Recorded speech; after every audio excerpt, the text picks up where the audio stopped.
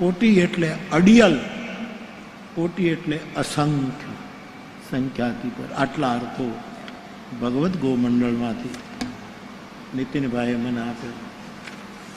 મારા માટે મેં માંગણી કરેલી એની માહિતી માટે. તો બાપ, રામાયણ સતકોટી અપારા, 100 કરોડ રામાયણ છે. અનેક પ્રકારે રામાયણ. ભગવાન દાસ વડીલે તો આદિવાસી રામાયણનો કેટલો વિસ્તાર કર્યો સાહેબ. હું જોઈ ગયો છું આદિવાસી રામાયણ. અને ઘણા રામાયણો તો એવા વિચિત્ર પ્રસંગો છે સાહેબ કે એમાંથી કહેવા જેવું જ હું તમને કહીશ, બધું નહીં કહું. એક રામાયણ તો એવી છે કે રામ લક્ષ્મણ સીતાજીની શોધ કરતા કરતા એક ઝાડની નીચે બેઠા અને એમાં ભગવાન, એ ઝાડ એવું હતું કે એની એક ડાળ ઉપર જે માણસ બેસે કંઈક પાંદડા તોડવા, ફળ લેવા, તો એ વાંદરો થઈ જાય. એટલે ભગવાન રામ સીતાજીની શોધ કરવા માટે જ્યાં બેઠા હતા ત્યાંથી દિશા નહોતી સૂઝતી, એટલે એ ડાળ ઉપર ચડ્યા કે સીતા ક્યાં છે, સીતા. અને ભગવાન વાનરના રૂપમાં ફેરવાઈ ગયા. અતિ વિચિત્ર કથાઓ વાનરના રૂપમાં. પછી હું વધારે નહીં કહું. પછી લક્ષ્મણ રામને ગોતે છે તો બંદરના રૂપમાં રામજી બેઠા છે, પણ એને મારા ભાઈ, મારા પ્રભુ, મારા જ્યેષ્ઠ બંધુ વાનર કેમ હોય? પણ એમાં લક્ષ્મણને એક અવાજ સંભળાય છે કે આ ડાળ ઉપર બેસે એ વાનર થાય, પણ એ ડાળ છોડી અને પછી બીજી ડાળ ઉપર જાય તો એ પાછો જેમ હોય એમ થઈ જાય. આપણે ડાળ જ બદલવાની જરૂર છે સાહેબ.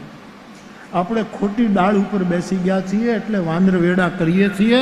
પાછા જો સાચી ડાળ ઉપર જઈએ, લક્ષ્મણ રામાનું જ છે, લક્ષ્મણ આચાર્ય છે, આપણને સંકેત કરે કે ખરી ડાળ ઉપર બેસી જાઓ તો પાછા હું તમે ભગવાન જ છીએ, આપણે ઈશ્વરનો અંશ. અને પછી પાછા રામ, ભગવાન રામ થઈ જાય. એમાં તો ઘણું છે, જવા દો. પછી આપણે ક્યારેક એકલા વાતો કરશું. એકલા પડીએ છીએ ક્યારેક એકલા વાતો કરીએ. પરંતુ આવી અનેક કથાઓ શતકોટી રામાયણમાં, અનેક રામાયણોમાં એનું અવલોકન કરું છું. મારા માટે જે સ્મરણમાં આવે ગુરુ કૃપાથી આપની પાસે રજૂ કરવું. પણ મારી દૃષ્ટિએ માંગ્યા વગરની સલાહ આપું કે મૂળ વાલ્મીકી, અને પછી તમારે જવું હોય તો રામચરિત માનસ, નહીતર બીજા અનેક ગ્રંથોમાં એવા કલ્પનો આવ્યા છે. આ થાઈલેન્ડની બાજુ જે બધી રામાયણો છે એમાં તો હનુમાનજીનો વરઘોડો નીકળ્યો છે, એને લગ્ન કર્યા છે, એને પરણાવ્યા, એને ઢોલ વાગ્યા. બેન, હવે આ બધું આપણને ફાવે જ નહીં. પણ બધાને રામાયણ ઉપર કંઈક કહેવું છે, એ જ રામનો મહિમા છે. બધાને રામ વિશે કંઈક લખવું છે, એ જ રામનો મહિમા છે. બધાને રામનું કોઈને કિરીત રીતે સ્મરણ કરવું છે, એ જ રામ. પણ વિનોબાજીને પૂછીએ તો બહુ નાનકડી વાત કહે કે તુલસીએ ગજબ કર્યું. આ વિનોબા ગજબ કર્યું. પૂછ્યું કે શું? કે તુલસીએ માનસમાં એમ કહી દીધું કે રૂપ કરતા નામ શ્રેષ્ઠ છે. રૂપ જ્ઞાન નહીં નામ વિહીન. તુલસી કહે નામ શ્રેષ્ઠ છે. આજે રામનું રૂપ મારીને તમારી પાસે નથી, એના નામને લીધે આપણે મોજ કરીએ છીએ. કેવલ એના નામના આધારે આપણે જીવી રહ્યા છીએ. તો નામનો મહિમા વિનોબાજીએ બહુ કર્યો છે. તો અનેક ગાંધીજીની પણ રામાયણ પર વ્યાખ્યા છે, ટાગોરની છે, રાજાજીએ તો કેટલું લખ્યું. પણ હવે એ બધું અંગ્રેજીમાં છે, ભાષાંતર મળે તો મને સમજાય. બાકી એમાં કંઈ સર્વપલ્લી પોતે પણ પોતાની લેખન લખે છે. તો બાપ, માનસ રામકથા, આપણે માનસના આધારે રામકથા વિશે વાતો કરવી છે.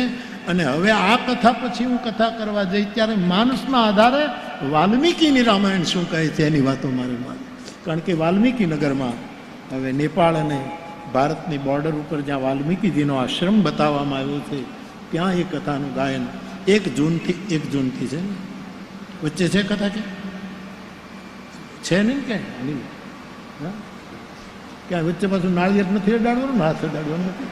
તો ઠીક છે. તો માનસના આધારે રામકથા શું છે, આ તો થોડીક ભૂમિકા આપની સામે મેં રજૂ કરી, પણ અનેક રામાયણ છે. પણ મારો વિનય, વાલ્મીકી રામાયણ આપને જરાક મને તમને બધાને જરા ન સમજાય, સંસ્કૃતમાં છે, એટલે આ રામચરિત માનસ હાટમાંથી ખરીદજો, હાથમાં લેજો, હાર્ટમાં રાખજો અને હોઠે ગાજો. આ ચાર એના પ્રકાર છે, એ ચાર આયામ છે. જે રીતે મેં આની ગતિ કરી છે એવું આપને કહ્યું. છેલ્લે રામચરિત માનસ એ આખીરી સાર છે. કોઈ માને ન માને એ એની સ્વતંત્રતા છે. સંપાદનોમાં બધા રામાયણના નામ લે પણ રામચરિત માનસનો ઉલ્લેખ ન કરે તો એનો પરિચય છે. બાકી રામચરિત માનસ એટલે રામચરિત માનસ એટલે રામચરિત માનસ એટલે રામચરિત માનસ એટલે રામચરિત માનસ અને એટલે રામચરિત માનસ.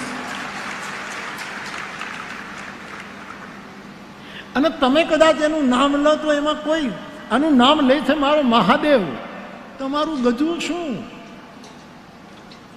રચી મહેશ નિજ માનસ રાખા, પાઈસુ સમય શિવાસન વાખા. તો એવું રામચરિત માનસ સાહેબ, એવું રામચરિત. એ માનસના આધારે રામકથાનો આપણે સંવાદ આગળ વધારીએ. ત્યારે ગઈકાલે આપણે હનુમાનજીની વંદના કરી હતી. અમુક રામાયણમાં તો પછી ભગવાન રામ પછી બધું બહુ બહુ સરસ છે, બહુ સરસ છે. એકલા પડીએ ત્યારે એકલા કાંઈ પડાતું નથી. જ્યાં હોય મેળા ત્યાં રામદાસ ભેળો, એવું એવું જ બધું થાય છે. પણ નહીંતર અમુક લોકોની સાથે સંવાદ કરવા જેવા રામાયણો છે. સૌનો ભાવ હોય છે, સૌની રીત હોય છે. લવિંગની લાકડીએ સીતાએ રામને માર્યા. લાકડી લીધી લવિંગની અને સીતા. આ સુગમ સંગીતના ઉપાસકો કેવું ગાય, કેવું સરસ કમ્પોઝ કરે. ખેતથી તારો વિષય છે એટલે કહું છું. સુગમ સંગીત આને બહુ ગમે. કાનદાસ બાપુ પછી કોઈ વધારે વધારે ગમતું હોય તો આને સુગમ સંગીત જ ગમે. એટલે કાનદાસ બાપુ યાદ આવ્યા. ઓહો બાવો યાદ આવ્યા.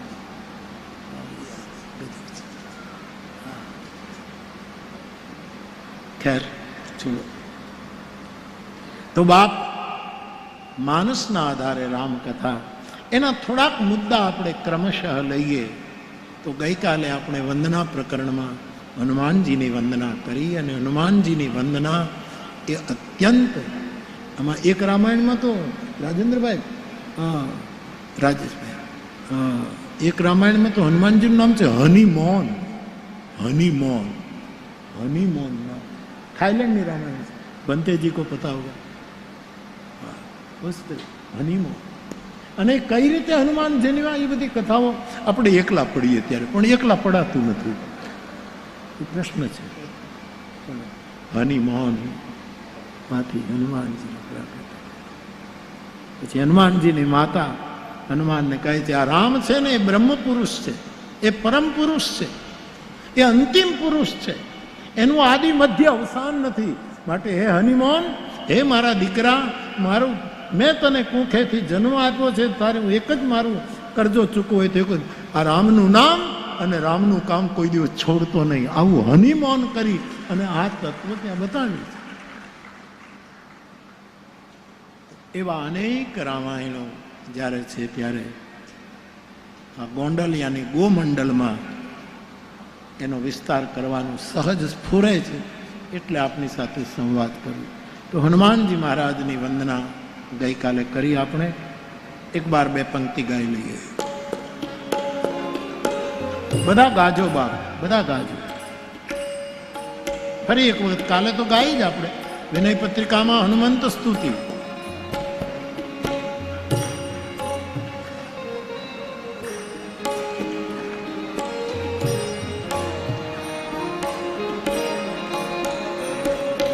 सकल अमंगल मूल निकंदन सकल गाओ सकल अमंगल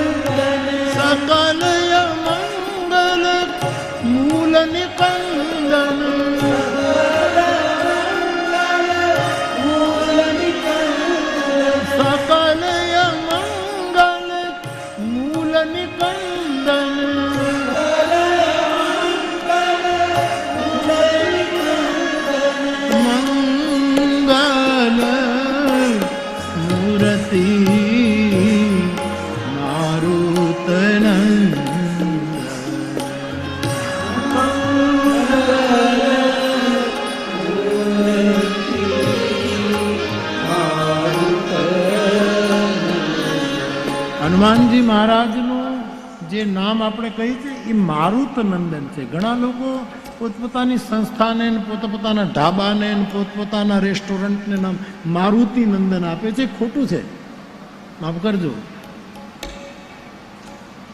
મારુત એટલે પવન, મરુત, 49 મરુત, 49 વાયુ, એનું સંતાન હનુમાન છે. એટલે મારુત નંદન. સુધારો કરવો જ કરી નાખજો. હું ઘણી જગ્યાએ મારુતિ નંદન નહીં નકો. મારુતિ નંદન કરો, મારુતિ તો હનુમાન થઈ ગયા પોતે જ. તો હનુમાનનો નંદન હનુમાન, પવન પુત્ર એટલે મારુત, મારુતનો દીકરો એ હનુમાન, મારુતનો પુત્ર છે એટલે આપણે એને મારુતિ કહીએ છીએ. એ તો આ સીધી સાદી વાત છે. પણ ઘણી જગ્યાએ હું વાંચું છું, રોડ ઉપર આપણે નીકળીએ તો મારુતિ નંદન રેસ્ટોરન્ટ ને મારુતિ નંદન ગેસ્ટ હાઉસ ને મારુતિ નંદન ઘરના નામ મારું. અરે ભાઈ, મારુત નંદન.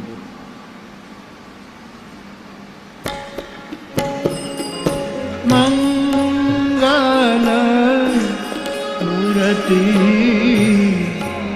મારુત નંદન,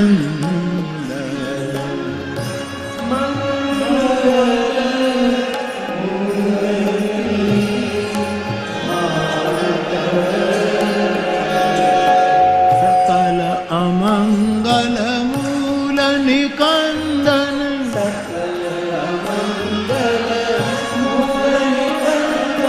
મંગલ મૂર્તિ મારુત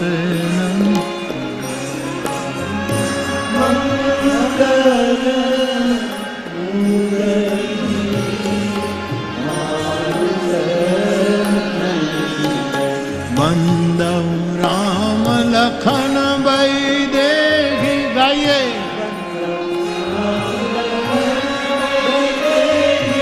ये तुलसी के परम स्नेही,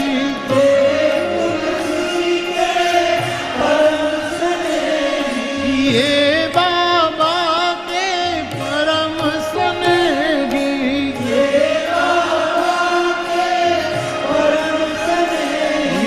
मंगल मूर्ति मारुत नंदन.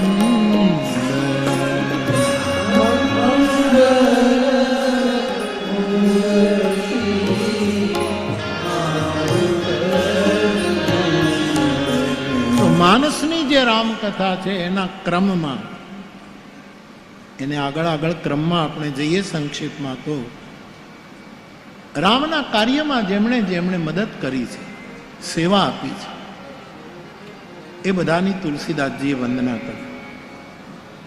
આ બહુ શીખવા જેવું છે.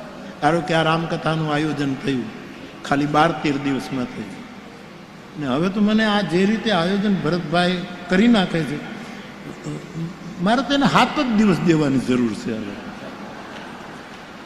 7 દિવસ આપું, વધી 9 દિવસ આપું તો માંડવા નાખી દે સાહેબ.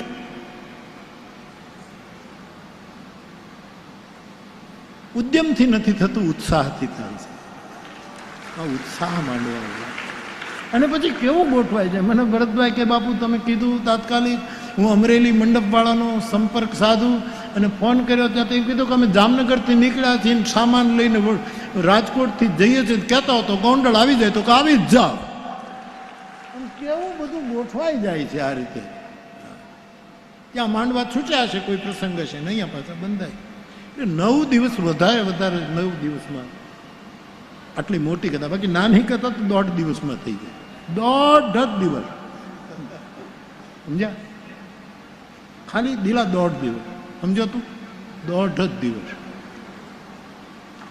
એના ઉપરથી સાબિત થાય કે કોઈ કાંઈ કરતું નથી, આ બધું તો થાય છે. આ બધું તો થાય છે. પ્રભુ કોઈની સમજને, કોઈની ખાનદાનીને, કોઈના વિવેકને નિમિત્ત બનાવી દે છે, કર્મ કૌશલ્યને નિમિત્ત બનાવે છે. તો આ કાર્યમાં જેણે જેણે સેવા કરી હોય, આ રામ કાર્યમાં, રામકથામાં જે જે જોડાયા હોય, કેટલા સ્વયંસેવકો હોય, ગોંડલના કેટલા મહાનુભાવો રાત દિવસ આમાં મહેનત કરીને જોડાયા છે. કેટલા સ્વયંસેવકો આવ્યા છે, અહીંથી આવ્યા, કોઈક અહીંથી આવ્યા. વીરપુરના તો આટલા બધા વયસ સેવકો તુલસીદાસજીએ મને કહ્યું કે રામના કાર્યમાં જેણે સહયોગ આપ્યો હોય એ પણ બધા વંદનીય છે, એટલે બધાની વંદના. ત્યાર પછી સીતા અને રામ, જે રામચરિતમાનસના મુખ્ય ચેતના છે, એની વંદના કરતા આપણે ત્યાં સૌથી પહેલા માને આપણે પૂજીએ છીએ, માતૃદેવો ભવ. અને તેથી પહેલા જાનકીજીની વંદના અને પછી પિતા રામની વંદના તુલસીદાસજી લખે છે. ના, થોડા દિવસ પહેલા મને કોઈ મને પૂછ્યું હતું કે અમારા ઘરે કોઈ મહેમાન નથી આવતું, પણ તું ઘરે રહે તો આવે ને. તું થેલી લઈને આજ સરદાર પર ને આજ બીજી જગ્યાએ ને આજ ફલાણે ને ફલાણે ત્રીજી જગ્યાએ તું જ ઘરમાં બેહે તો કોક આવે ને. તારું ક્યાંય ઠેકાણું જ નથી, ક્યાંથી આવે? મને બહુ ઈચ્છા થાય છે અતિથિની સેવા કરવાની, પણ મારે ઘરે કોઈ મહેમાન આવતું નથી. હું સરદારપુર ગયો, ચંદુને બેઠા તો મેં ત્યારે જ કીધું કે અતિથિ ક્યારે આવે, એના પહેલાના 3 સૂત્રો પૂરા કરો, પછી અતિથિ આવે. અતિથિ ચોથા સ્થાને બેઠો છે. પહેલું માતૃદેવો. તમે તમારી માતાને માનો છો દેવ તરીકે, તો તમારે ઘરે કોઈક સાધુ અતિથિ બનીને આવશે. જો પહેલું જ પગથિયું નકામું છે તો નહીં. આ ક્રમ છે, આ પ્રોસેસ છે, ઉપનિષદકારનો ક્રમ છે, મેં નક્કી કરેલો નથી. પહેલા માતૃદેવો, પછી પિતૃ. તમે તમારા પિતાની આજ્ઞા પાળો છો? અથવા તો પાળવા જેવી આજ્ઞા ન હોય તો વિવેકથી પિતાની પાસે નમ્રતાથી કહી શકો છો કે દેશકાળ ફરી ગયો પિતાજી, હવે આ ન શક્ય બને. એવી રીતે બાપને આદર આપો છો. આ બીજું સૂત્ર. અને ત્રીજું, આચાર્ય દેવો ભવ. તમે તમારા ગુરુને માનો છો?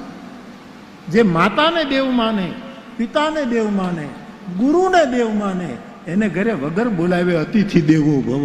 કોઈને કોઈ આવી અને આપણે આંગણે રોટલા ખાવા માટે બેસી જાય. હું તો સરદારપુર હતો એટલે કહેતો કે આ સરદારપુરમાં રાવત બાપાને ત્યાં આટલા બધા અતિથિઓ આવતા, એનું કારણ શું? કે છોકરાઓ તમે માને દેવ માની હશે, તમે બાપને દેવ માન્યો હશે, તમે તમારા ગુરુને દેવ માન્યો હશે, એટલે અતિથિઓ ત્યાં ભેગા થાય.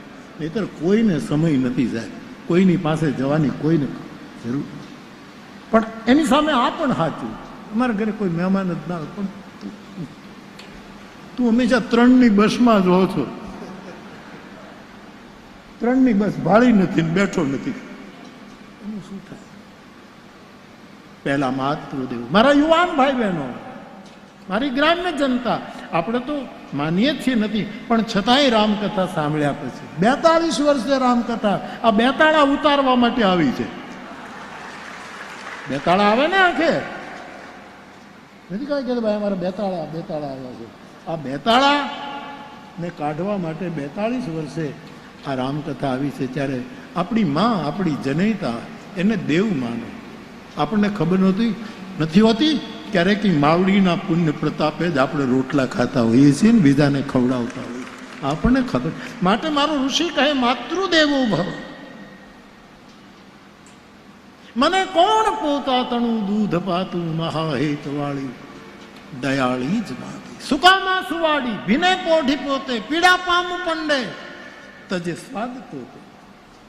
મને કોણ પોતા તણું દૂધ પાતું, મહાહેત વાળી દયાળી. તો યુવાન ભાઈ બહેનો, માતાને દેવ માનો. અને દેવ, માતાને દેવ માનો, પછી માં છે એટલે કહેવું પડે ને પગે લાગવું પડે, એ માટે નહીં. દિવ્ય ભાવથી માતાને દેવ માનો, અંદરના દિવ્ય ભાવ. આપણા સંસ્કૃતમાં ઉપનિષદ કહે છે દેવમ ભૂતવા દેવમ યજેત. તું દેવ બનની દેવની પૂજા કર. એટલે મહાદેવ છે, આપણે દેવ નથી, પણ તું દિવ્ય બનીને તારા દિવ્ય ભાવથી તું માની પૂજા કર. ઓશોએ એક દ્રષ્ટાંત બહુ સરસ આપ્યું. ઓશો રજનીશજી, એ તો નસરુદ્દીનના દ્રષ્ટાંતો આપતા. એટલે નસરુદ્દીન જે હતા એનો ગધેડો ખોવાઈ ગયો. ગધેડો ખોવાઈ. સૂફીઓ ગધેડા બહુ રાખતા, ગધેડા ઉપર જ એ લોકો, સૂફીઓની પરંપરા ગધેડાની. ઘણા તો સૂફી પ્રદેશોમાં ગધેડાના મંદિરો છે. લોકો નાળિયેર વધારે છે ગધેડાના. અને હારામારી ગધેડો દેવ થયો ને એનાથી હારામારી કમાણી ચાલે છે. હકીકત છે, હું કહું છું. સૂફી લોકો ગધેડાનો ઉપયોગ બહુ કરે. એટલે નસરુદ્દીન જે હતા એ તો સૂફી ફકીર, એનો ગધેડો ખોવાઈ ગયો. એને બહુ વાલો. આખા ગામમાં ગધેડાને ગોતે, ઉકરડે ઉકરડે જોઈ આવ્યા. એના જે જે બેહણા હતા, ગધેડાના જે બેસવા જોગ ઠેકાણા, બધી જગ્યાએ ગલી ખાંચામાં જ્યાં જ્યાં એનો અવાજ રેકોર્ડ થયો હતો એ બધી જ જગ્યાએ બધા, કારણ કે એનો જે સંગીત જે હતું એ તો જ્યારે બોલ્યા હોય મૂળમાં એણે જે ગીતો ગાયા હોય એ બધા ટેપ થઈ ગયેલા, પણ ક્યાંય ગધેડો જડે. આજુબાજુના જંગલમાં જોઈ આવ્યા, બહાર ગામ ગધેડો જડે. આખું ગામ કામે લાગ્યું. મુલ્લા હવે ભૂલી જાવ ગધેડાને, એ તો કાં તો ક્યાંક દૂર જતો રહ્યો છે, કાં તો કોઈક ચોરી ગયું છે, પણ હવે આ મમતા તમે મૂકી દો. તો કે નહીં, તમે કોઈ એકેય કામમાં ના, મારો ગધેડો તમે ન ગોતી શકો, ચાલો હવે હું ગોતી આવું. પોતે તૈયાર થાય. આખા ગામને એમ થયું કે આણે જ ક્યાંક હંતાડ્યો હશે અને પછી આપણને કામે લગાડ્યા અને પછી શું કર્યું? એ મુલ્લા નસરુદ્દીન 4 પગે થયા. 4 પગે થયા અને 4 પગે થઈને એણે ગતિ શરૂ કરી. બધાએ પૂછ્યું કે પણ આ શું છે? કે હું જ ગધેડો છું, હું જ ગધેડો, હું જ ગધેડો. મુલ્લા પોતાની જાતને ભૂલી ગયો, હું ગધેડો છું. અને ખરેખર એ એવી રીતે ગયો કે નાનું એવું તળાવ હતું, ત્યાં એનો ગધેડો પાણી પીવા ગયેલો, પડી ગયેલો, ત્યાં જઈને મુલ્લા ઉભો રહ્યો કે અમારો ગધેડો. એનો અર્થ છે દેવમ ભૂતવા દેવમ યજેત. જ્યાં સુધી દેવ પણ ન આવે ત્યાં સુધી દેવ જડતો નથી. આ પણ એક યુક્તિ છે. પોતે ગધેડો બન્યો છે. માતાને દેવ માનીએ, આપણા પિતાને દેવ માનીએ, આપણો ગુરુ, આપણો પ્રાઇમરી સ્કૂલનો શિક્ષક લો ને, મને કોઈ વાંધો, ગુરુ શબ્દ જરા મોટો લાગશે, શિક્ષક લો, આપણો અધ્યાપક લો, આપણો પ્રોફેસર લો, આપણો કોલેજનો કે યુનિવર્સિટીનો કુલપતિ લો, આચાર્ય લો, કોઈ પણ લો, જે આચાર્ય છે, જેનામાં આચાર છે, ખાલી વિચાર નથી, આચાર પણ છે, એને તું દેવ માન. આ 3ને જે દેવ માનશે એને ઘરે અતિથિ મહેમાન સામેથી આવીને દેવ બનીને ઊભો રહેશે. તો પહેલા માતૃદેવો ભવતી શરૂ કરે છે તુલસીદાસજી. એની પંક્તિ તુલસીદાસજીએ લખી છે. જનક સુતા જગ જનની જાનકી જનક જનક જનક સુતા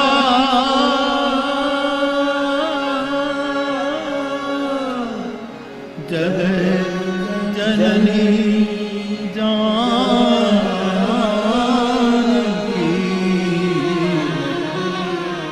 અતિશય પ્રિય કરુણા નિધાન તાકે જુગ કવન મના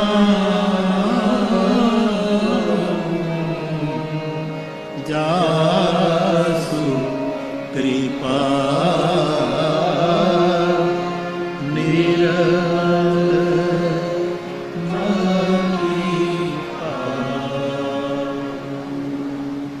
જનક રાજાની પુત્રી, આખા જગતની માં અને ભગવાન રામની પ્રિયા એવી જાનકીજીની વંદના હું પહેલા કરું છું. માતૃદેવો, યુવાન ભાઈ બહેનો, માને દેવ માનીને નિત્ય પ્રણામ કરવાથી શું ફાયદો થાય?